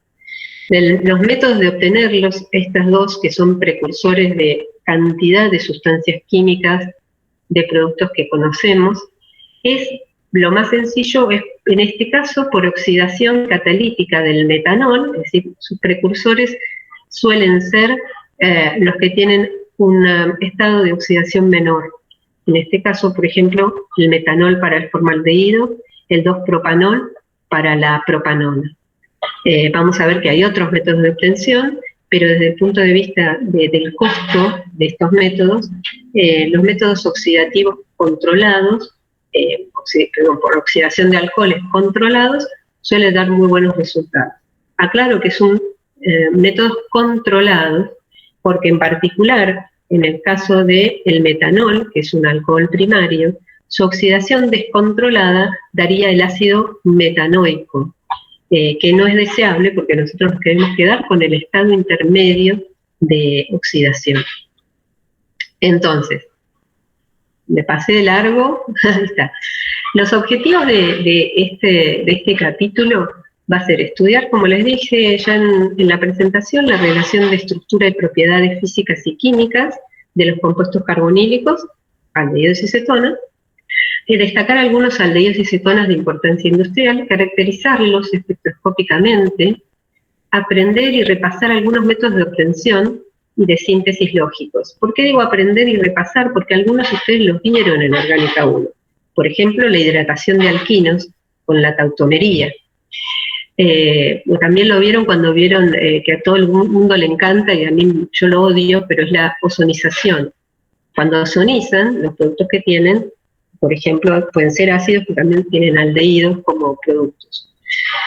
Analizar los factores que afectan el mecanismo general o la reacción general de estos compuestos carbonílicos, que es la adición de nucleófilos al carbono carbonílico. Analizar la acidez de los hidrógenos, acá sería hidrógenos alfa, perdón, me comí el hidrógeno ahí, alfa carbonilo y sus consecuencias. Y empezar a formar una lista de pKa, como les dije antes. Vamos a aprender lo que son los carbañones, cómo se forman, cómo se estabilizan y en qué condiciones se forman. Comprender los fundamentos de la sustitución de este hidrógeno en alfa, estudiar condensaciones, como en este caso la condensación aldólica, y vamos a también estudiar unos compuestos o sustancias carbonílicas alfa, beta insaturadas y sus mecanismos de reacción. Entonces, ¿cómo vamos a describir un compuesto carbonílico? Por el grupo funcional, carbonilo. Como les dije, es un carbono unido con un doble enlace al oxígeno y después tiene dos uniones sigma con los adyacentes. Ahora vamos a ver cómo se forma esto, quédense tranquilos. Pero lo que me interesa fundamentalmente, y acá lo vemos en este dibujito con la nube pi por encima y por debajo del plano, la nube verde, un enlace sigma, vamos a ver quién lo conforman, otros enlaces sigma con grupos R, en el caso de que sea una acetona, y donde quedan alojados los pares de electrones del oxígeno. Lo que me interesa que vayan ya relacionando es que de manera análoga a lo que estamos viendo acá, de un carbono unido por un doble enlace a un oxígeno, ustedes lo vieron para los alquenos. Ustedes vieron un carbono unido por un doble enlace a un carbono. Y así que es muy fácil, y hasta ustedes me lo podrían decir, tanto el carbono como el oxígeno van a hibridizar sp2. Entonces, van a usar uno de esos orbitales para solapar y formar el enlace sigma carbono-oxígeno. El carbono, por su parte, utiliza los otros dos para unirse ya sea a R, a grupos arilo o a un hidrógeno si fuera un aldehído, y el oxígeno aloja en los otros dos restantes, los orbitales híbridos, aloja los pares de electrones no enlazados. En tanto que los orbitales P se solapan por encima y por debajo del plano, generando una nube pi. Esto es igual a lo que ustedes vieron para los alquenos. De hecho, tenían hibridación sp2, y tenían una geometría trigonal plana, que es lo mismo que vemos acá. Vamos a tener una geometría trigonal plana. Esto es importante que lo tengan en cuenta, recordar que el carbonilo, el grupo funcional, es plano, porque eso permite que cuando haya un atacante, que en este caso va a ser un nucleófilo, lo puede atacar por cualquiera de las dos caras, siempre y cuando los sustituyentes sean bastante parecidos, es decir, que no haya un impedimento mayor sobre una cara que sobre la otra del carbonilo. Entonces, esto simplemente para que lo recuerden, no me voy a detener acá. Acá tienen los estados de oxidación, y acá, como pueden ver, tenemos los estados de oxidación del alcohol. Por ejemplo, acá el alcohol, que es precursor del formaldehído, y del ácido, y entonces nos damos cuenta de que el aldehído se encuentra en el medio de este estado de oxidación. ¿Dónde los vamos a encontrar en la naturaleza? Bueno, acá les muestro varias cosas que yo cuando se los presenté no me acordaba de ningún olorcito rico, y acá sí hay algún olorcito más o menos agradable. Uno es, por ejemplo, estos aldehídos, es un aldehído aromático, alfa-beta insaturado, ya lo vamos a ver, y acá es un sistema pi extendido. Acá tengo un doble enlace, uno simple, un doble enlace, uno simple y un anillo, es decir, es un sistema conjugado, pi extendido. Lo que tenemos ahí se llama cinamaldehído, y es el componente principal y activo de la canela, es el aroma a canela. Acá tenemos el otro aldehído que le da el aroma a la vainilla, el citral, que va a estar presente en muchos de los cítricos, la carbona, que aparece en distintas, porque esto depende obviamente de la concentración en la que se presente en cada una de estas sustancias naturales. En algunas aparece mucho más concentrado y en otras menos, y aparece en la carbona y en el comino, perdón, en la menta y en el comino, y fíjense que son aromas diferentes, pero eso tiene que ver con la combinación que hay de otras sustancias presentes que da este olor diferente. El alcanfor, que también lo conocen, produce olor mentolado fuerte, y acá tenemos otros ejemplos, como es la presencia de estos compuestos carbonílicos en la hormona masculina, que es la testosterona, la progesterona, que es la femenina, y una hormona adenocortical, que es la cortisona, ¿sí? Vemos que los podemos encontrar en muchas partes.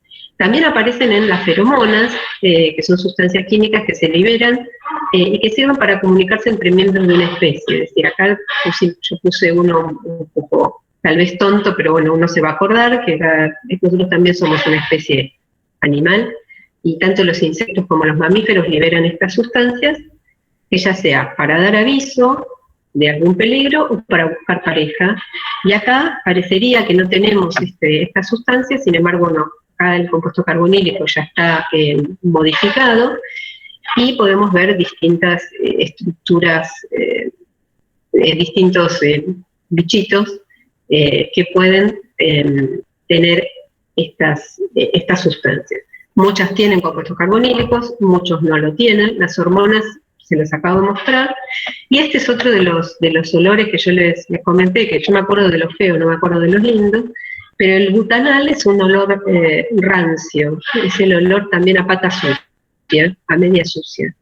El butanal es uno de los aldehídos volátiles que se forman cuando se produce la oxidación rancidativa de una grasa. Puede ser de una grasa animal, como puede ser la carne que se ha dejado afuera, o puede ser la grasa animal por excelencia, que es la que más conocemos nosotros, la manteca rancia. Cuando la dejan expuesta fuera del frío, expuesta a la luz o en contacto con algunos metales, empieza a producirse una oxidación por el oxígeno del aire, y uno de los productos volátiles, como les dije, por eso los percibimos, es el butanal. Sin embargo, también hay otras sustancias sumamente estimulantes para nuestras mucosas olfativas, como puede ser algunos componentes de perfumes, como en este caso un perfume de Chanel, que tiene uno de los que es uno de los primeros perfumes sintéticos que tuvieron mucho éxito, y como ven acá, uno de los componentes es el 2-metil-1-decanal, es un aldehído. Este aldehído tiene obviamente para estar dentro de una formulación de una fragancia, tiene un perfume agradable. Y también podemos conseguirlos no solo con olor a patas, no solo con olor a perfume, sino además muy dulces, ya que los hidratos de carbono o carbohidratos, también llamados glúcidos por libros muy viejos, o azúcares también por algunos libros, son polihidroxialdehídos y polihidroxicetonas. Acá hay 2 ejemplos, y ahí les puse una llamadita para que se acuerden cuando veamos carbohidratos, que los carbohidratos, si bien son moléculas con una función biológica, no dejan de responder a los grupos funcionales que los conforman. Son polihidroxialdehídos y polihidroxicetonas, por lo tanto tendrán reacciones de alcoholes y reacciones de aldehídos y de cetonas. Acá yo les pongo 2 ejemplos que son los más conocidos, tal vez desde lo que hayan visto por ahí en Introducción a la Biología, o por lo que escuchan de la cocina, es decir, la glucosa y la fructosa. Ustedes saben que hay personas que no pueden comer azúcar, que no pueden incorporar glucosa, y el azúcar es la sacarosa, que en realidad es un disacárido formado por glucosa y fructosa. Lo que le hace mal al que incorpora el azúcar no es la fructosa, sino que es la glucosa. Provoca algún problema de glucosa en sangre. Entonces se suele reemplazar por fructosa, y acá yo les muestro, bueno, cuál es la estructura de la fructosa. Se reemplaza la glucosa por fructosa, y después ya van a ver más adelante que este reemplazo no afecta la capacidad de poder utilizar la fructosa también como una fuente de energía. No lo van a ver cuando vean química biológica, pero cuando veamos carbohidratos, por ahí le pegamos una miradita a esto más adelante. Como les decía, voy a mostrarles estos 2 ejemplos del grupo funcional carbonilo como aldehído y como cetona, que son el formaldehído y la propanona. ¿Por qué tienen importancia industrial? Porque se sintetizan a partir de derivados muy baratos. Se sintetiza el formaldehído o metanal a partir de la oxidación de metanol, y el aldehído que se produce es un gas. En realidad, después ya lo van a tener que estudiar, pero pueden ir planteándose, y lo vamos a ver en un minuto, que si el metanal que se forma tiene un punto de ebullición igual, mayor o menor que el metanol que le dio origen. Bueno, ya les digo que el metanol, ustedes lo conocen, y es un líquido. El metanal es un gas. Eso ya dice algo respecto de cuáles son las interacciones en uno y en otro. Entonces, este gas se recoge normalmente en solución acuosa al 37% y se llama formalina. El formaldehído tiene muchas utilidades, se aplica desde preservación de material de tejidos, por ejemplo en un laboratorio. Alguna vez habrán visto, en una época estaban y se podían ver los frascos con bicharracos en formaldehído que había cerca del laboratorio del IBE, ahí en el lado de económicas. Pueden reaccionar con las proteínas de manera que la estabilicen y, por ejemplo, un tejido, puede ser un bichito, un animal o una pata de un muerto, no se pudre. Es así de sencillo. En medio acuoso polimeriza consigo mismo generando paraformaldehído, que en general lo vamos a ver como un sólido blanco en el fondo. Como la mayoría de los aldehídos, no solamente estos, sino vamos a ver que hay otros, el glioxal y el glutaraldehídos, se usan también como antisépticos. En particular, desde el punto de vista de usos industriales, tiene un enorme uso en el campo de los adhesivos poliméricos, y ahí aparecen distintas formulaciones de lo que se conocen resinas, que son pegamentos, fenolformaldehído, ureaformaldehído.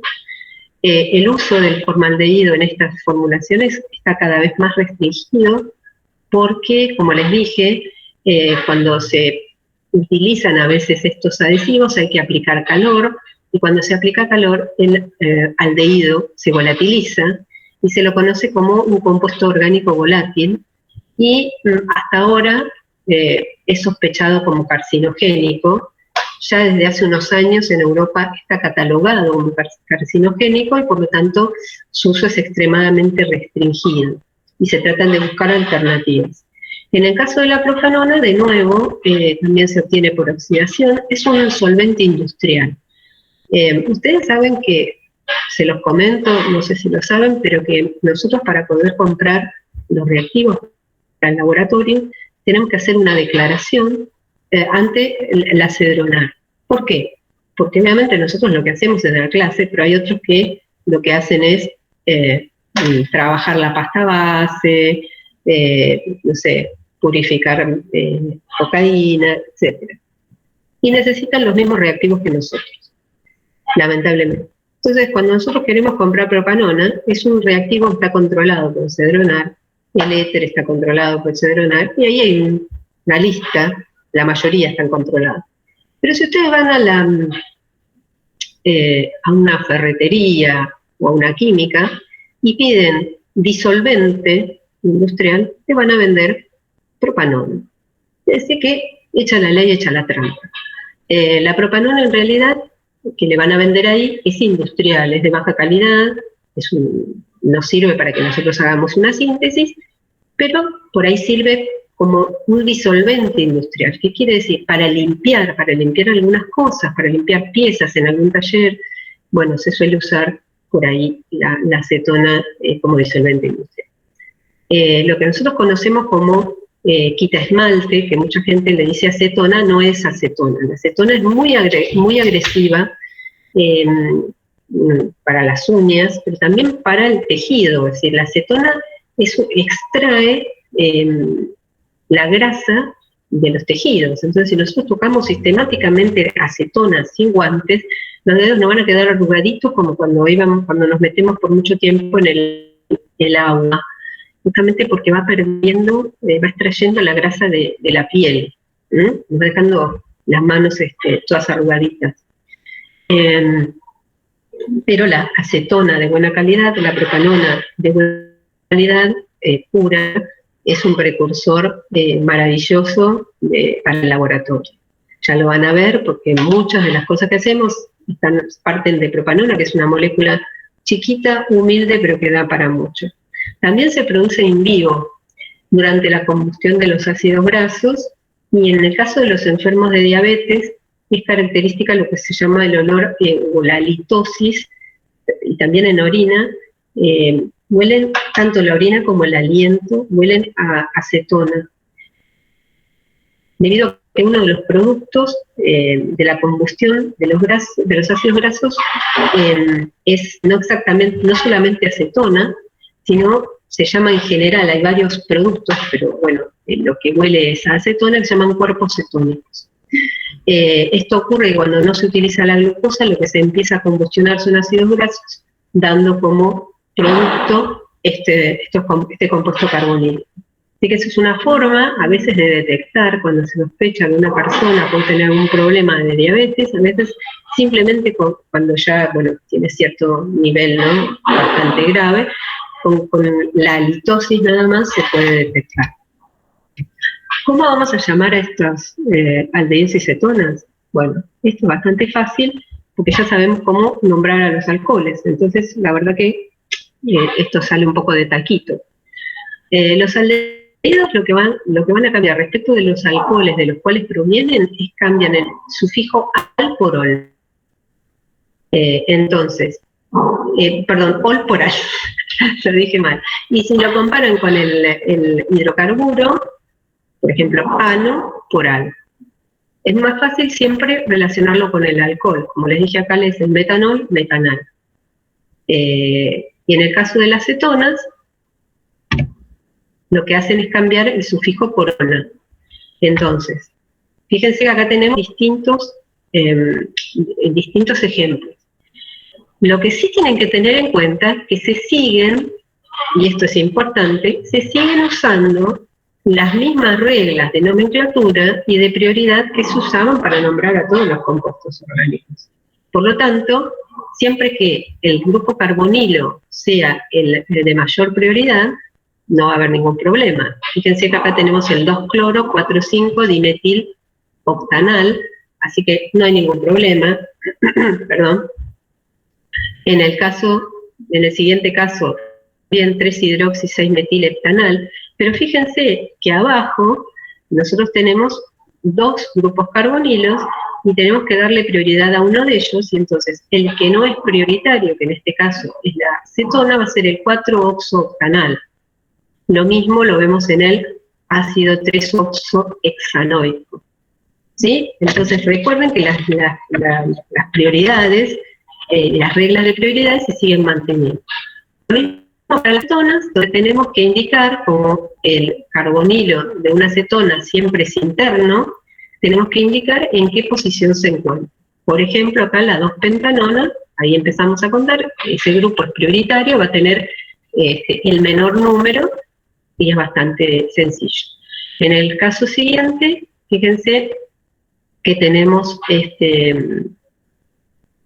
la 2,6-dimetil-heptantresona, lo pueden escribir de otra manera, esta está un poco rebuscada, porque en realidad pueden indicar, claro, pueden poner 2,6-dimetil-3-heptanona, no heptantresona. Y lo mismo, fíjense, acá tenemos unas que son cíclicas. Bueno, este es fácil, porque es una hexanona, y simplemente indicando en qué posición se encuentra el sustituyente, el 1 siempre lo lleva, en este caso, el carbonilo por ser prioritario, me va a quedar la 3-etil-ciclohexanona todos juntos. En este caso, fíjense que tenemos en el siguiente, vamos a tener una ciclopentanona, si no tuviera ese doble enlace, pero nosotros tenemos que indicar dónde se encuentran el doble enlace y el sustituyente metil. Entonces, siendo que la prioridad es el carbonilo, ya no tengo dudas que a partir de ahí numero hacia la derecha, porque es donde están indicados los sustituyentes, y voy a tener, en la posición 2 tengo el doble enlace, que es prioritario sobre el metilo. Entonces es fácil porque voy a tener la 3-metil-2-ciclopentenona, ¿sí? El doble enlace lo incorporo al nombre. Así como está la hexanona, está la hexenona, la ciclopentanona, ciclopentenona. Y así siguiendo. Para que vayamos metiéndonos un poco en el tema, vamos a ver cuál es la estructura, para que entendamos bien de cómo se forma. Si bien lo vimos así medio al pasar, rápidamente recién, al principio, fíjense que acá tenemos el formaldehído, acá este es un aldehído alifático, el que le sigue, esta es una cetona alifática, pero R puede ser AR, es decir, puede ser un anillo, tengo un aldehído aromático, y puedo tener una cetona que sea alifática y aromática o doblemente aromática. Esto es muy importante, lo que vemos acá. Nosotros si acá hubiéramos tenido otro carbono, no lo veríamos a este momento dipolar. ¿Por qué? Porque en el doble enlace carbono-carbono no hay diferencia de electronegatividad. En este caso, hay diferencia de electronegatividad, y por lo tanto se genera un dipolo inducido por la diferencia de electronegatividad que va a favorecer que el enlace, de alguna manera, los electrones del enlace estén más disponibles hacia el lado del átomo más electronegativo. Es decir, el dipolo va a tener una cola que va a ser positiva partiendo del carbono carbonílico y una cabeza negativa que va a estar dirigida, acuérdense que esto es un vector, tiene dirección, hacia el oxígeno. Esto ya determina algo que yo les comenté hace unos minutos, cuando hablábamos del metanol y el metanal. El metanol puede formar puentes de hidrógeno en el líquido puro, por lo tanto, va a tener un punto de ebullición alto, y estos, lo único que pueden formar entre ellos en el líquido puro, son siempre uniones de tipo dipono-dipolo. Por lo tanto, por eso el metanal es un gas y el metanol es un líquido. Esto no quiere decir que esta cabeza polar no pueda formar un puente de hidrógeno, con el agua. Esa es otra propiedad, eso es solubilidad. Entonces, puede ser un aceptor de hidrógeno, pero ellos no forman puentes de hidrógeno. Y este hidrógeno de los aldehídos está unido de manera al carbonilo, está unido por un enlace covalente. De ninguna manera interviene en un puente de hidrógeno. La condición para que intervenga en un puente de hidrógeno es que el hidrógeno está unido a un átomo electronegativo, oxígeno, nitrógeno, ¿sí? Ustedes ya lo vieron. Ojo, porque este es un clásico de meterme al pobre aldehído formando un puente de hidrógeno con ese hidrógeno que está unido por un enlace sigma. La diferencia de electronegatividad, es tan grande que podemos escribir o describir esto con estas estructuras de resonancia que vemos acá abajo, donde el oxígeno puede deslocalizar ese par de electrones, generando acá, como ven, un dipolo brutal. Ya no hay una densidad, sino que tengo cargas separadas, que finalmente se describen en un híbrido, que es el que tenemos escrito acá. Pero esto que me está indicando, esto es una foto de cómo funcionan los compuestos carbonílicos. El carbono está deficiente de electrones, mientras que el oxígeno, que es electronegativo, le sobran electrones. Esto va a determinar, como vieron, esto es lo que yo quiero que vayamos aprendiendo de a poco. Hoy no me voy a extender mucho más, porque les voy a reventar la cabeza, ¿sí? Pero esto es lo que quiero que aprendan. Fíjense que con qué poquita información yo pude predecir el punto, que si este tenía un punto de ebullición, mayor o menor que el alcohol correspondiente. Porque ya saqué qué interacciones puede haber entre las moléculas iguales, es decir, interacciones intermoleculares de la misma sustancia, e interacciones con otras moléculas, como por ejemplo con el agua. Yo saqué dos propiedades. Una, por ejemplo, como pueden ser los puntos de ebullición, son menores que los de los alcoholes, y la solubilidad pueden ser solubles hasta un cierto número, porque le pesan estos pedazos que están colgando acá, los R, los aromáticos, pero este puede aceptar hidrógeno del agua, ojito. Y acá vemos la exageración en estas estructuras de resonancia, donde me indica que el carbono carbonílico es susceptible al ataque de un nucleófilo. Y el oxígeno tiene características, por el contrario, para atraer electrófilos, pero también es una base, porque puede atraer protones. Con esta simple descripción, yo ya les estoy contando toda la química y parte de las propiedades físicas de los compuestos carbonílicos. Vamos a hacer un análisis sobre estas estructuras de resonancia para que entendamos cuál es la validez de esto. Como yo les digo, uno no plantea las cosas así sueltas, trata de explicarlas. Entonces, yo tengo un compuesto carbonílico, planteo la estructura de resonancia, me da el híbrido, fantástico. ¿Cuál de estas dos estructuras es la que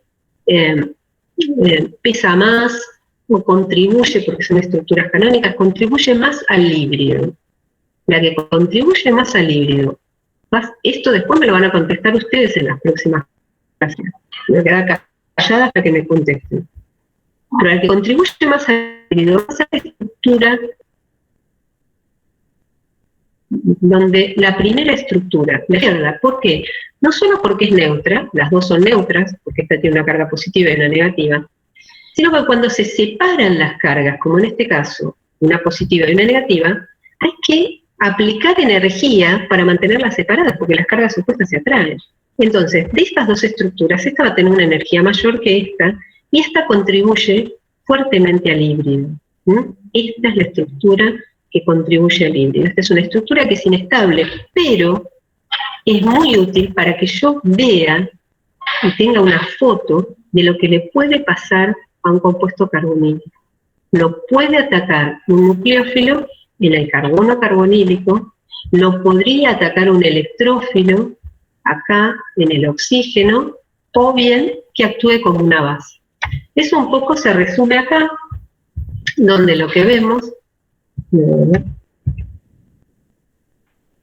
acá, donde lo que vemos era lo que yo les decía hoy más temprano, el carbono y el oxígeno hibridizan sp2, utilizan por solapamiento cada uno de sus sp2, forman el enlace sigma, el carbono utiliza los otros dos sp2, en este caso fíjense que es el formaldehído, para solaparlo con el hidrógeno, o los hidrógenos en este caso, puede ser acá un R, formando los enlaces que se mantienen entre sí con una separación de aproximadamente 120 grados, en este caso casi es perfecto, porque los hidrógenos son pequeños, pero si acá yo tuviera un grupo voluminoso, este ángulo puede variar justamente porque puede haber alguna repulsión. El oxígeno acomoda sus pares de electrones no enlazantes en los sp2 que le quedaron libres, y los P se solapan, como les dije hoy, formando un enlace pi por encima y por debajo del plano, un enlace pi carbono-oxígeno.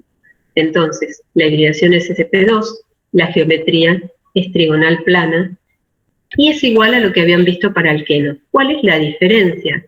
Que lo acabamos de ver, que el enlace carbono-oxígeno es polar, está regido por un dipolo, y el carbono-carbono no. ¿Sí? Acá podemos ver algunas longitudes de enlace, en este caso para otro aldehído, este es el etanal.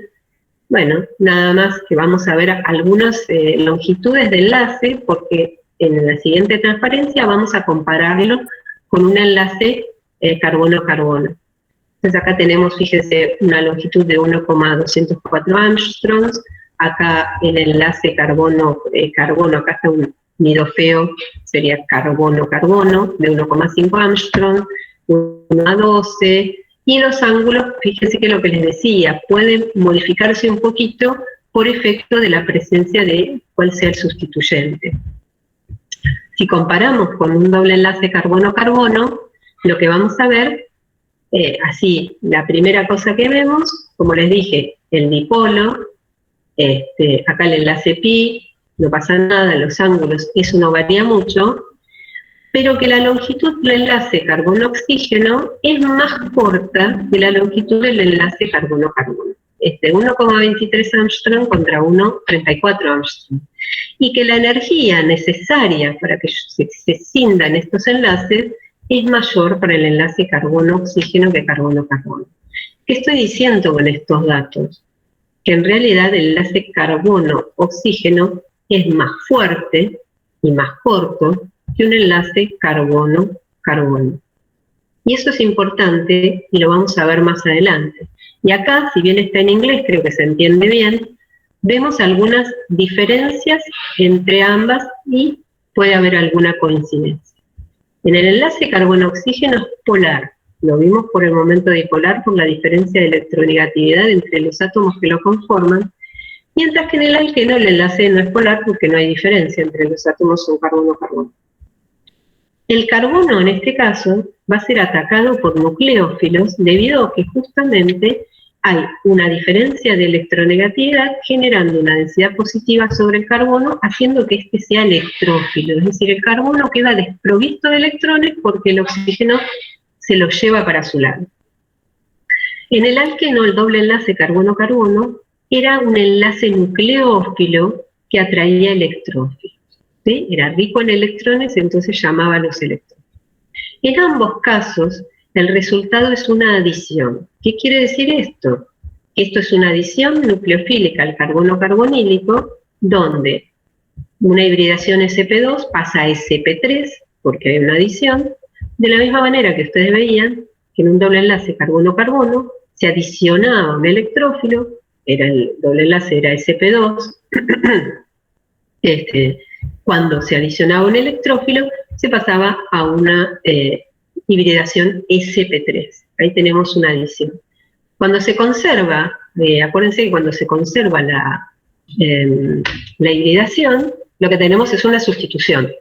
Si yo parto de un sp2 y tengo un sp2 y tengo una sustitución, le voy a tener un sp2 sustituido, es decir, diferente al primero, pero no tengo un incremento en la hibridación. Y para terminar, nos quedan 2 minutitos nada más. De acá vamos a retomar mañana. ¿Cómo se ve la diferencia por orbitales moleculares? La diferencia entre un enlace carbono-carbono y un carbono-oxígeno. Bueno, se los dejo para que lo vean y probablemente lo hayan visto en Orgánica 1 con doble enlace carbono-carbono. Los orbitales 2p del carbono, si son 2 carbonos, van a estar los dos a la misma altura. No hay diferencia de energía. Por lo tanto, no tengo ninguna posibilidad de que haya una asimetría como la que se ve en este caso. Acá tengo el carbono y acá tengo el oxígeno. Y el orbital 2p del oxígeno está un poquito más bajo en energía que el orbital 2p del carbono. Esto, fíjense, lo que hace es generar una asimetría que cuando se forma el enlace, que lo vemos acá, y ustedes, si pueden analizarlo, lo que van a ver es que los electrones, ¿sí? ¿De qué átomo están más cerca? ¿Del carbono o del oxígeno? Fíjense que lo que describimos con esa resonancia exagerada del dipolo, lo estamos viendo también por orbitales moleculares. Los electrones están más cerca del oxígeno, por esta asimetría que se presenta en los orbitales atómicos que después se van a convertir en los orbitales moleculares, que van a dar origen al enlace de pi. Vamos a tener un pi enlazante y un antienlazante. Acá los electrones se van a instalar en el enlazante. Pero esto se los dejo, ya les digo, de acá para adelante partimos mañana. Espero que me abra bien la PPT porque me gusta más que trabajar sobre esto. Y bueno, nos vemos mañana, chicos, a las 13. Les agradezco por haber venido, por la paciencia. Si tienen alguna pregunta más, no duden y mañana, antes de empezar, les contesto todas las dudas que tengan, no hay ningún problema.